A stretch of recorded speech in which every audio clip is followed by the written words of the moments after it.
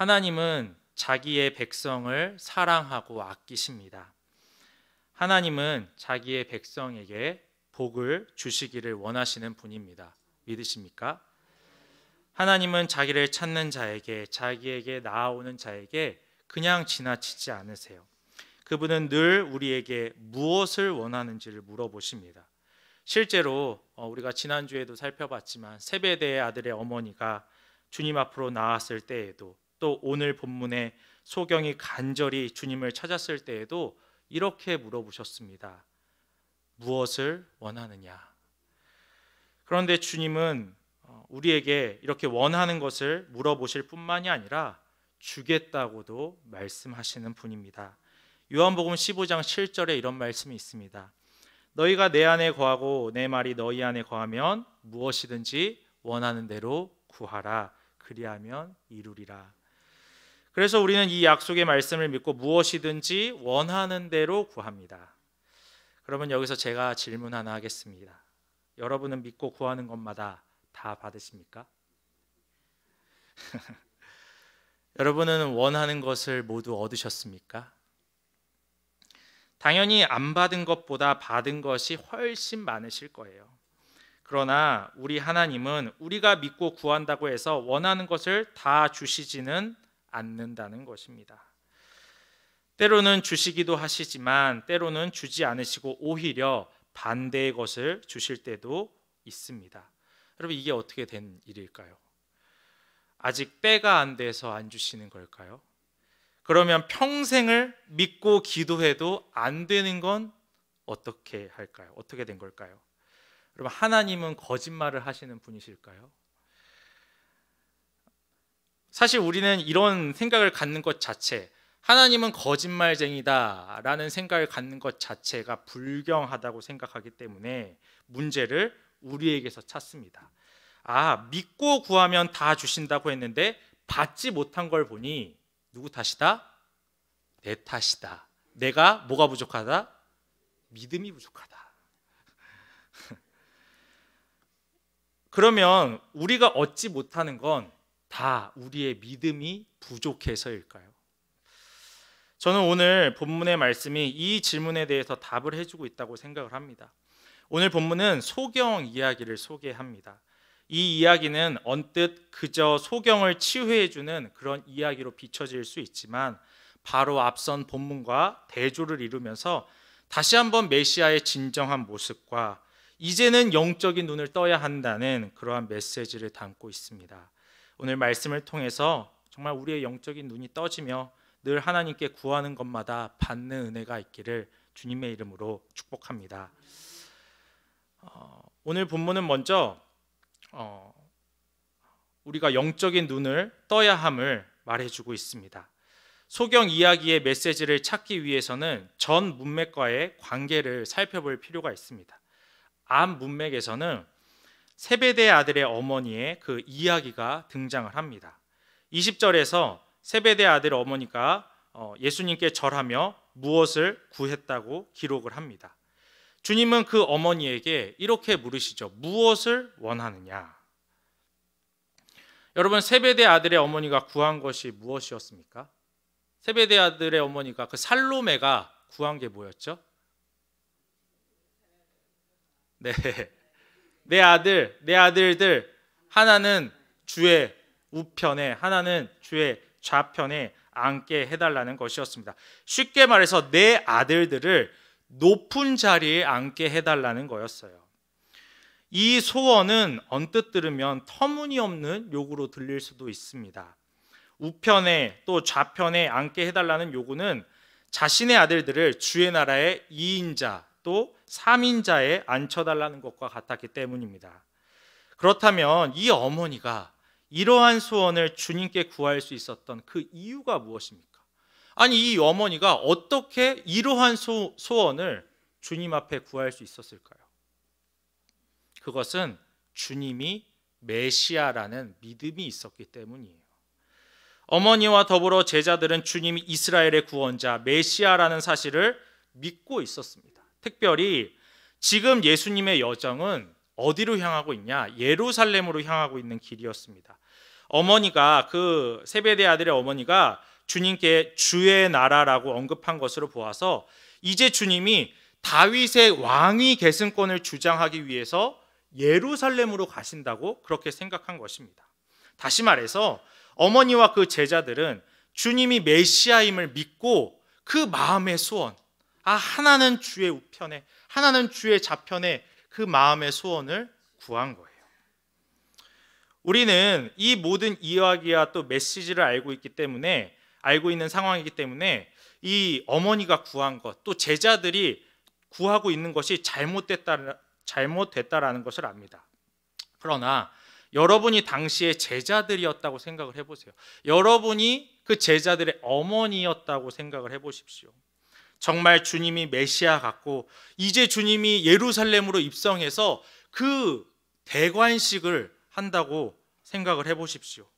여러분 가만히 있으시겠습니까? 더욱이 이 제자들 주님과 몇 년 동안 있었죠?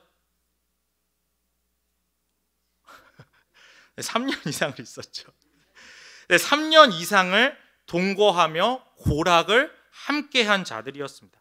그냥 아는 사이가 정도의 수준이 아니라 정말 최측근이었다라는 거예요. 여러분이 만약 제자들의 어머니였다면, 또 제자였다면 메시아라고 믿는 분께 높은 자리를 구하는 게 잘못됐다고 생각했을까요? 내가 최측근인데 이제 예수님이 왕이 되는데 아마 충분히 그러한 것들을 구할 수 있는 것으로 생각했을 겁니다. 이러한 마음의 소원 구할 수 있는 것으로 생각했을 거예요. 그런데 예수님의 반응이 어땠습니까? 여전히 딴소리를 하고 있는 제자들을 향하여서 다시 한번 하나님 나라의 원리를 말씀하셨습니다. 그런데 오늘 본문에서는 마음의 소원을 구한 것은 같았지만 다른 반응이 나오는 것을 보게 됩니다. 29절에서 예수님은 여리고를 떠났다고 나옵니다. 여리고를 떠났다라는 것은 이제 예루살렘으로 가는 길이었다라는 걸 의미해요. 그 예루살렘으로 가기 전에 들려야 하는 것, 마치 휴게소처럼 들려야 하는 것이 여리고였습니다. 어쨌든 여리고를 떠났다는 건 예루살렘으로 간다는 것이었죠. 그런데 그때 맹인 두 사람이 길가에 앉아 있다가 예수님이 지나가신다는 소식을 듣고 이렇게 외칩니다. 주여, 주여, 우리를 불쌍히 여기소서 다윗의 자손이여. 우리를 불쌍히 여기소서 다윗의 자손이여. 이렇게 외칩니다. 주님은 들으시고 그들을 불러 이렇게 물으십니다. 무엇을 하여 주기를 원하느냐? 마치 앞서 세베대의 어머니에게 했던 말과 똑같습니다. 그때 소경이 뭐라고 합니까? 주여, 눈뜨기를 원하나이다. 그리고 주님은 그 소경을 불쌍히 여기시고 고쳐주시죠. 성도 여러분, 이게 어떻게 된 걸까요? 분명 제자들도 소경들도 마음의 소원을 구한 것은 같았습니다. 제자들이나 소경들이나 다 주님을 메시아로 믿고 구했습니다. 그런데 제자들은 안 되고 소경은 됐습니다. 이게 어찌된 일일까요? 제자들은 그저 욕심을 구한 것이고 소경은 필요한 것을 구했기 때문일까요? 제자들은 믿음이 부족했고 소경은 간절함으로 강한 믿음으로 구했기 때문일까요? 물론 그렇게 해석할 수도 있지만 두 본문을 비교해서 보다 보면 분명한 차이가 있습니다. 그것은 예수님에 대한 이해입니다. 그것은 예수님에 대한 이해입니다. 믿음의 차이가 아니라 삶의 차이가 있었다라는 것입니다. 예수님이 답답해하신 게 무엇입니까? 왜 그 살로메 어머니들, 그 제자들이 막 높은 자리를 구했을 때 답답해하시면서 다시 한번 하나님 나라의 원리를 알려주신 그 이유가 무엇입니까? 아직도 나를 모르냐는 거예요. 아직도 나를 모르냐. 제자들도 그렇고 주님을 따르던 무리도 그랬습니다. 다시 본문으로 돌아와서 31절을 보면 소경들이 다윗의 자손이라고 외칠 때 무리들이 소경들을 꾸짖는 장면이 나옵니다. 여러분, 원래 다윗의 자손이라는 말은 메시아에 대한 유대인적 표현이었습니다. 당시 유대인들은 다윗의 자손으로 불리는 메시아가 치유의 능력을 가지신 분으로 이해했습니다. 마태복음 12장 22절에서 23절을 보면 이런 말씀이 나옵니다. 우리 같이 한번 읽어보겠습니다. 시작.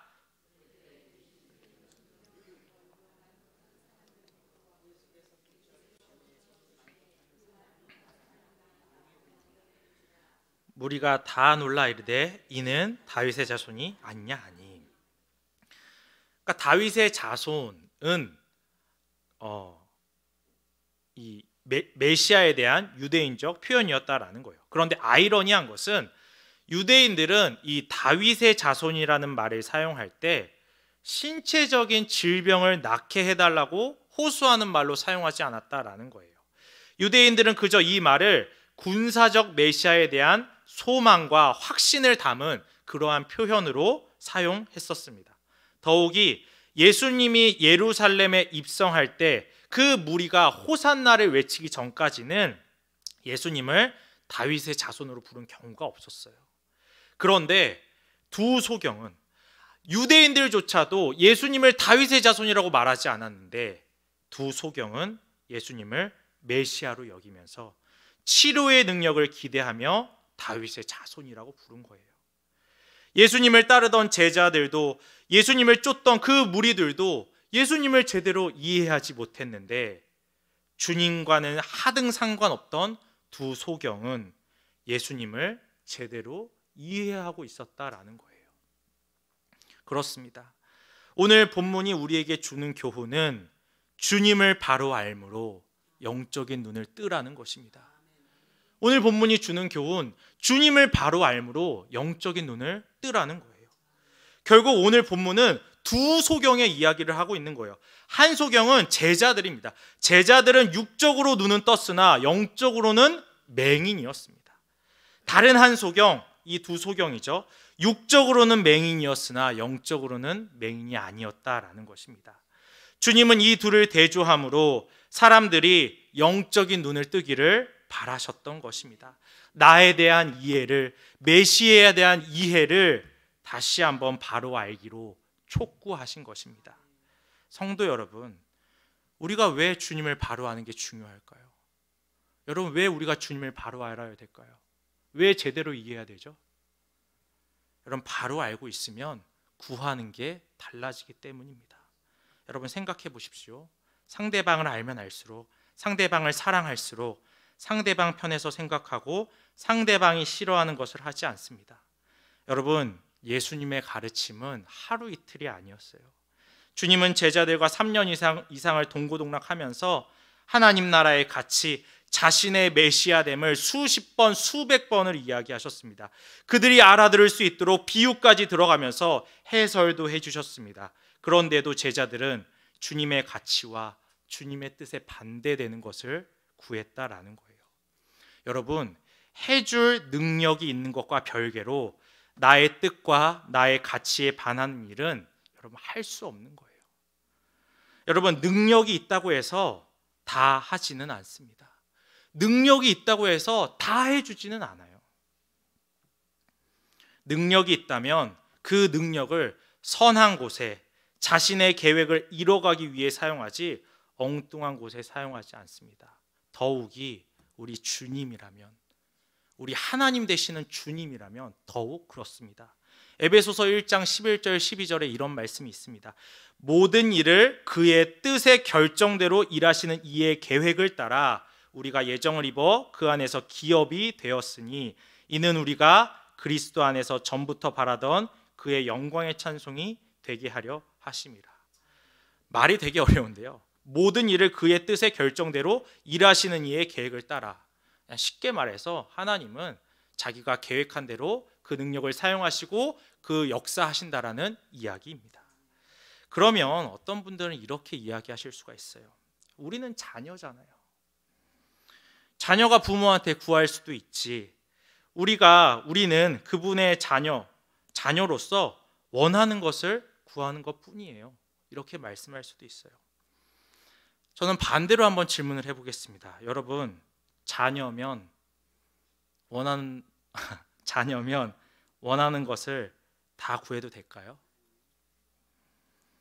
여러분, 저는 어릴 때 제 욕심을 따라 제가 원하는 것을 부모님께 구했습니다. 안 봐도 압니다. 제 딸이 지금 그러고 있거든요.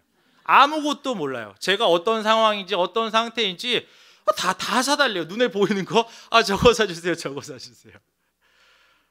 물론 그때는 뭐 그렇게 말해도 상관없습니다. 모르니까.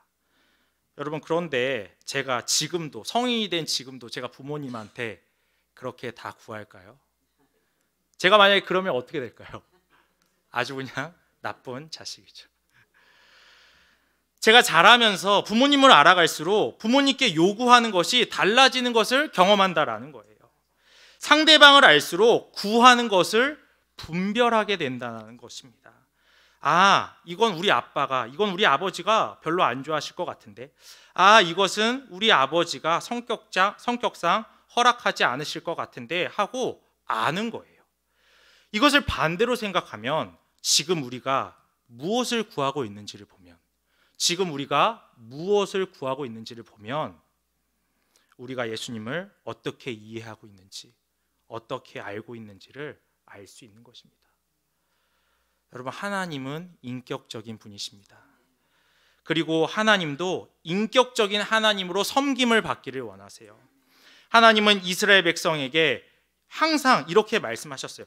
이방인들이 이방신을 섬기듯 섬기지 말라. 신명기 12장 30절에 이런 말씀이 있습니다. 너는 스스로 삼가 내 앞에서 멸망한 그들의 자취를 밟아 올무에 걸리지 말라. 또 그들의 신을 탐구하여 이르기를 이 민족들은 그 신들을 어떻게 섬겼는고 나도 그와 같이 하겠다 하지 말라. 이방신을 어떻게 섬겼는지를 보고 나도 이렇게 섬겨야지 하지 말라라는 거예요. 하나님은 이스라엘 백성이 자신을 이방신 중 하나로 이해하기를 원하지 않으셨습니다. 여러분, 왜 그러셨을까요? 왜냐하면 이방인들은 자신들이 섬기는 신을 인격적으로 대하지 않았고 그저 자신들의 욕망을 채워줄 도구로 이해하고 이용했기 때문입니다. 그들에게 있어서 신이란 자신의 욕망을 채워줄 도구, 그 이상 그 이하도 아니었습니다. 여러분, 우리도 주님이 어떤 분인지 알고 싶어 하지도 않고 어떤 분인지 관계없이 그저 우리의 욕망을 따라 구하기만 한다면 여러분, 우리도 하나님을 인격적으로 섬기는 게 아닐 수도 있습니다. 그분이 어떤 분인지, 그분이 어떤 것을 원하시는지 아무런 관계도 없이 그저 내 욕망만을 구한다면 우리도 이방신을 섬기는 것처럼 섬기는 사람일 수도 있습니다. 여러분, 만일 우리가 주님을 바로 알지 못하면 어떻게 될까요? 바로 알지도 못하고 그저 욕망을 따라 구하다가 응답받지 못하면 어떻게 될까요? 여러분, 주님을 버릴 가능성이 아주 높습니다. 여러분, 실제로 22절에서 오늘 본문 22절에서 주님이 제자들한테 이런 말씀을 해요. 내가 마시려는 잔을 너희가 마실 수 있느냐? 여러분, 그때 제자들이 뭐라고 답합니까? 네, 마실 수 있습니다. 여러분, 당시 고대 근동에서 잔을 마신다는 것은 그 고난을 겪는다는 것을 의미합니다. 그러니까 제자들은 영광을 위해서라면, 내가 얻을 그 자리를 위해서라면 약간의 고난, 그 고난까지 감수할 수 있다고 말하는 것입니다. 여러분, 그런데 주님께서 잡히시던 때에 제자들이 어떻게 했습니까? 다 도망갔습니다. 그분이 정녕 누구인지를 몰랐기 때문에 예수님이 잡혔을 때 도망한 것입니다. 여러분, 우리라고 다르겠습니까? 여러분, 우리가 주님이 어떠한 분인지 제대로 모르고 믿는다고 생각해 보십시오.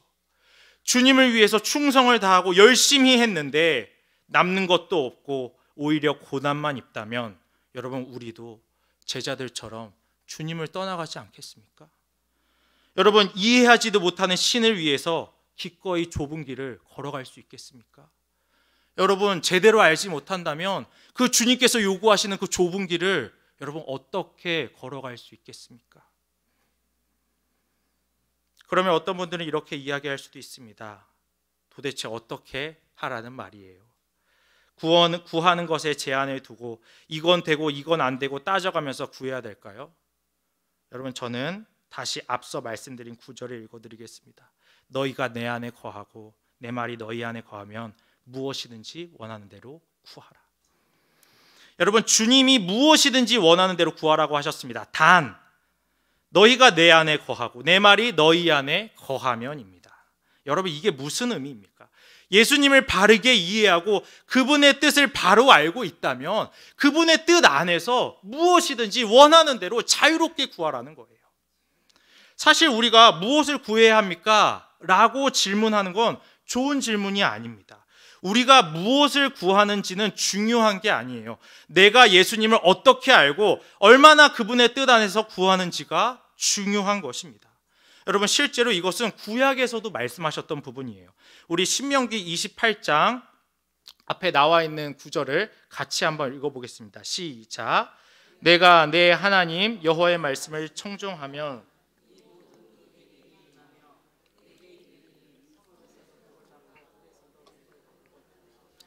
내가 들어와도 복을 받고 나가도 복을 받을 것이냐. 아멘. 여러분, 중요한 거는 무엇을 구하느냐가 아닌 거예요. 내가 정말로 그분을 잘 알고 있다면 그분의 가치와 그분의 가르침 안에서 구하고 있다면 아무 상관없다라는 거예요. 네가 들에 나가도 네가 성읍에 가도 내가 복을 주겠다는 거예요. 말씀만 청종하면, 말씀을 청종하는 게 중요하지, 내가 어떤 분인지를 아는 게 중요하지 무엇을 구하는지는 중요한 게 아니라는 거예요. 이 시간 우리 자신을 점검해 보시기를 바랍니다. 여러분은 지금 하나님께 무엇을 구하고 계십니까? 나는 지금 주님을 어떻게 생각하고 계십니까? 나의 주님이 어떤 분인지 정말 관심을 갖고 계십니까? 그저 전능한 하나님이시라는 것에만 초점을 맞추고 나의 욕망만을 구하고 있지는 않습니까? 그분이 정말 나의 아버지가 되시고 나의 구원자가 되심을 알면서도 그저 나를 굶주리지 않게 하실 것을 믿으면서도 먹고 사는 문제만 우리가 줄기차게 구하고 있지는 않으십니까? 여러분, 기도할 때 여러분의 마음은 어떠십니까? 이제는 우리의 기도가 이루어지면 좋고 안 되면 어쩔 수 없고 하는 그런 기대감이 없는 형식적인 기도가 되고 있지는 않으십니까? 여러분, 하나님이 내게 응답하지 않으셨을 때 왜 주시지 않을까 하는 이유에 대해서 관심을 갖기보다 그저 주시지 않는 것에만 집중하여서 실망하고 좌절하고 하나님을 원망하지는 않으십니까? 사랑하는 성도 여러분, 이제 다시 주님을 바로 알므로 영적인 눈을 뜨시기 바랍니다. 그분이 어떤 분인지 더욱 연구하시고 묵상하시기 바랍니다. 제자들과 두 소경의 차이는 예수님에 대한 이해의 차이, 알의 차이였어요. 주님을 아는데 여러분 힘쓰셔야 됩니다. 특별히 여러분 욕망을 경계하셔야 돼요. 욕심을 경계하셔야 돼요. 욕심은 우리의 영적 시야를 흐리게 합니다. 욕심은 그분이 어떤 분인지를 잊게 하는 거예요. 욕심은 우리가 그분이 어떤 분인지 우리가 원하는 것에만 초점을 맞추게 하는 거예요. 여러분, 그러나 그 욕심을 덮는 게 무엇인지 아십니까? 주님에 대한 알미입니다. 요한복음 17장 3절에 이런 말씀이 있습니다. 영생 곧 유일하신 참 하나님과 그가 보내신 자 예수 그리스도를 아는 것이니라. 여러분, 그분을 알면 알수록 우리의 마음은 욕심 대신에 무엇으로 채워지냐? 생명으로 채워진다라는 거예요. 욕심을 덮는 건 주님의 생명입니다. 우리가 알므로 그 욕심을 덮는 거예요. 그리고 이제는 우리의 기도 제목을 점검하고 기도 제목이 바뀌기를 바랍니다. 이전까지는 그저 우리의 욕망을 따라 내가 원하는 것을 구했다면 이제는 주님이 어떤 분인지를 생각하면서 그분의 가르침을 따라 구하시기를 바랍니다. 주님을 알면 알수록 여러분, 우리의 기도 제목이 바뀌었으면 좋겠습니다. 이제는 주님이 어떤 분인지를 모르고 허망한 것을 구하지 않았으면 좋겠어요. 물론 이것은 잘 되지 않을 것입니다. 제가 이렇게 장담할 수 있는 이유가 있습니다. 왜냐하면 여러분, 우리 제자들 3년 이상을 24시간 동안 그렇게 붙어 있으면서도 영적 소경이었습니다. 하물며 우리들이라고 다르겠습니까? 그러나 그렇지 않다고 해서 실망하거나 좌절하거나 여러분, 포기하지 마십시오. 부디 주님께만 붙어 있으십시오. 여러분, 주님이 제자들을 포기하지 않으셨어요. 그들이 눈을 뜰 때까지 여러분 기다려 주셨습니다. 그들이 도망갔을 때에도 먼저 찾아가서 자신이 누구인지를 드러내셨어요. 여러분, 우리 주님이 하늘로 승천했을 때 성령을 보내셔서라도 예수님을 바로 알게 하셨어요. 그리고 그들의 기도를 들어주셨습니다. 여러분, 여기에 우리의 소망이 있는 거예요. 우리가 정말 그분이 어떤 분인지 알고 그분의 가치, 그분의 가르침을 따라 무엇이든지 구할 때 여러분, 반드시 주님은 우리에게 응답하시고 이루어주실 것입니다. 두 번째로 오늘 본문은 우리 주님이 다시 한번 어떤 분인지를 드러내고 계십니다. 30절에서 두 맹인은 길가에 있다가 예수님이 지나가신다는 소식을 들어요. 이들이 길가에 앉아 있었다라는 거 몇 가지 의미가 있어요. 그들이 길가에 앉았다라는 것은 소외된 자 중에서도 소외된 자라는 의미입니다. 만일 여러분이 거지였다면 여리고성 안에서 구걸을 하시겠습니까? 길가에서 구걸을 하시겠습니까? 당연히 여리고성 안에서 하겠죠. 왜냐하면 그렇게 하는 것이 구걸에 성공할 가능성이 높기 때문입니다. 그런데 이들이 길가에 앉아 있었다는 것, 여리고 안에서도 구걸할 수 없는 정말 불쌍한 이들이었다라는 거예요. 그런데 이들을 더욱 비참하게 했던 건 질병도 아니고 가난도 아니고 사람들의 차별과 죄 인식이었습니다. 앞서 이들이 주여 우리를 불쌍히 여기소서 다윗의 자손이라고 외칠 때 무리가 뭐라고 했습니까? 꾸짖었습니다. 조용히 하라고 침묵을 강요했습니다. 여러분, 왜 무리들이 침묵을 강요한지 아십니까? 여러분, 왜 조용히 하라고 했을까요? 시끄러워서? 콧골랑 두 명이서 그 외치는 건데 그 무리가 엄청 많았는데 여러분, 그런 게 아닙니다. 당시 유대 문화에서는 맹인됨, 그러니까 소경됨이 죄의 결과라는 분위기가 있었기 때문입니다. 신명기 28장 28절에 이런 말씀이 있어요. 여호와께서 또 너를 미치는 것과 눈머는 것과 정신병으로 치시리니. 그러니까 죄를 지으면 하나님께서 이렇게 하시겠다라는 의미예요. 그러니까 당시 사람들은 이 신명기 말씀을 보편화시켜서 모든 맹인에게 적용했던 거죠. 그러니까 당시 분위기가 이런 거예요.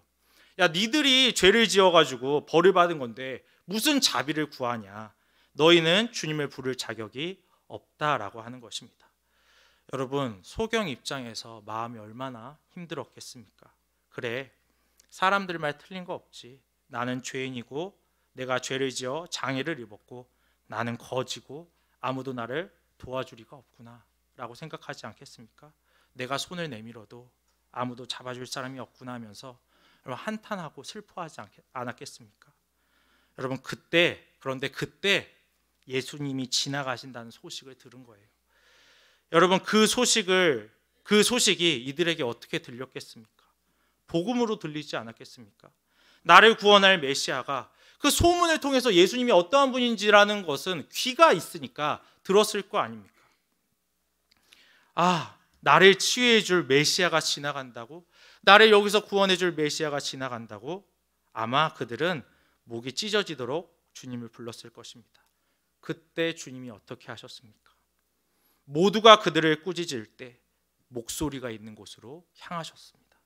그리고 그들을 불쌍히 여기시고 치유해 주셨습니다. 아무도 손잡아 주지 않을 때, 아무도 도와주지 않을 때, 모두가 죄인이라고 비난할 때 그들을 불쌍히 여기시고 치유하셨다라는 거예요.